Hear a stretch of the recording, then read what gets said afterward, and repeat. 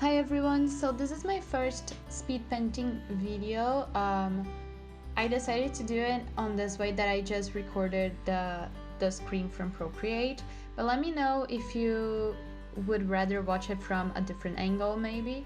I think this is the best way to actually show you what I'm doing. I'm using an iPad Pro 9.7 inches. It's a bit old, but it's the one I got for now, and Apple Pencil first generation, and I'm using Procreate 5 for this. So every once in a while I really like getting an old drawing of mine and redrawing it. So this one is the Sleeping Beauty, so Aurora, that I did for Mermaid maybe 2019.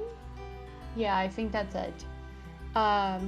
So yeah, what I usually do is that I start off with the drawing that I'm recreating and get it on the side just so I can have a little of a reference.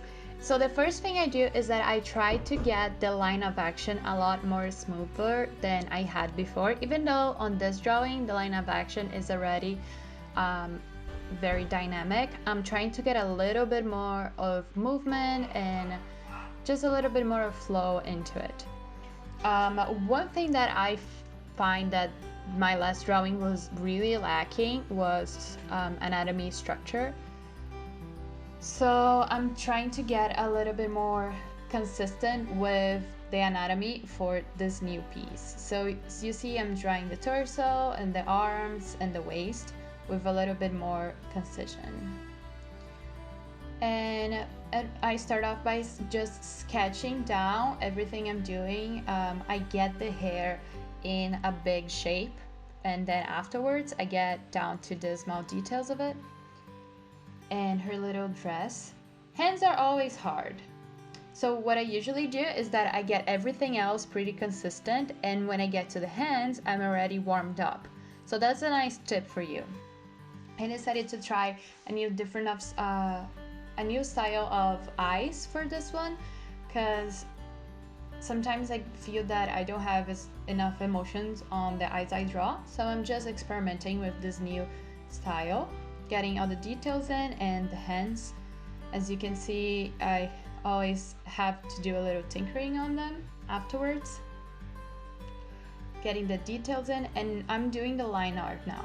So I've been using this style of just one size and one pressure of my line art, and it's a choice to not have the line art with different tones and thickness, even though that would help with the shading of it. I just feel that this gets the bit cartoon vibe that I'm going for with this one. I get the details of the hair in, and for this one I'm actually using the same palette as I did the last time. I feel the palette is pretty consistent with the character, so I just got all the colors out from my original drawing, and I'm just placing them on the picture. And after I place them, I start doing a little bit of some textures.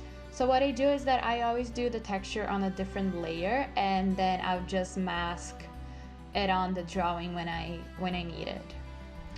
So I'm doing the hair and just cleaning up a bit of the details. I got the fins on another layer as well, so we can have a little bit of a transparency to it.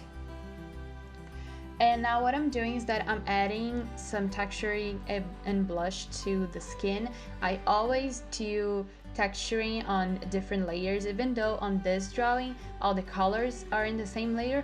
I get texture for each section of the drawing in different layers, so then the skin texture gets its attention and its color and its vibrancy and not affect the rest of the drawing. So I'm doing the texture for the hair now, and I've been doing this type of texture where I just have this little flow, and it's working a lot for me. And now I'm adding the texture on the hair. So what I do is after I draw the lines to make sure that I get the flow of the hair, I add a little bit of texture with some texture brushes. And I've been trying this new texture style where I get a dark texture tone on the shades and then a light texture tone to get some highlights, and I feel that it's working really well. So I also decided to get a lot of shade on her tail just to make sure that it pops with the texture of the tail. So it's all about color and texture really.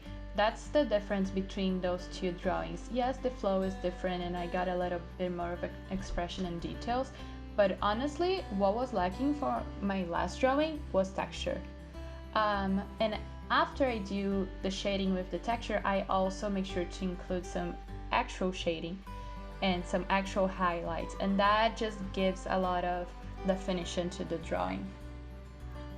And of course, shading and highlights are all in different layers, so then I use the multiply function to make sure that they fit the drawing nice and smoothly.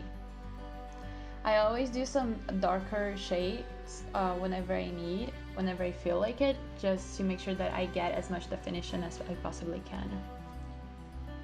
And usually what I do is that I just do a clip mask on all my layers, and in that way I just have to clean up once. So here I'm just cleaning up the main color layer to make sure that everything stays in one, and just working with the transparency of the fin. And then it's time for the background. So I have a teacher who would kill me if he saw that I did the entire drawing before I took care of the background. For a traditional painting, I would never do that. For a more specific like painting style of illustration, I would take care of the background with the main character. But since this is just a character and the background is almost just a solid color, I didn't mind just doing it on the end. I'm adding some bubbles to make sure it gets that nice flow. And yeah, that's it. Thank you so much for watching this little speed paint video. If you like it and want to see more, just leave down in the comments what's the next character I should do, or if you want to see one of my original characters. And yep, thank you so much. Pua says hi, and we're gonna see you next time. Bye bye.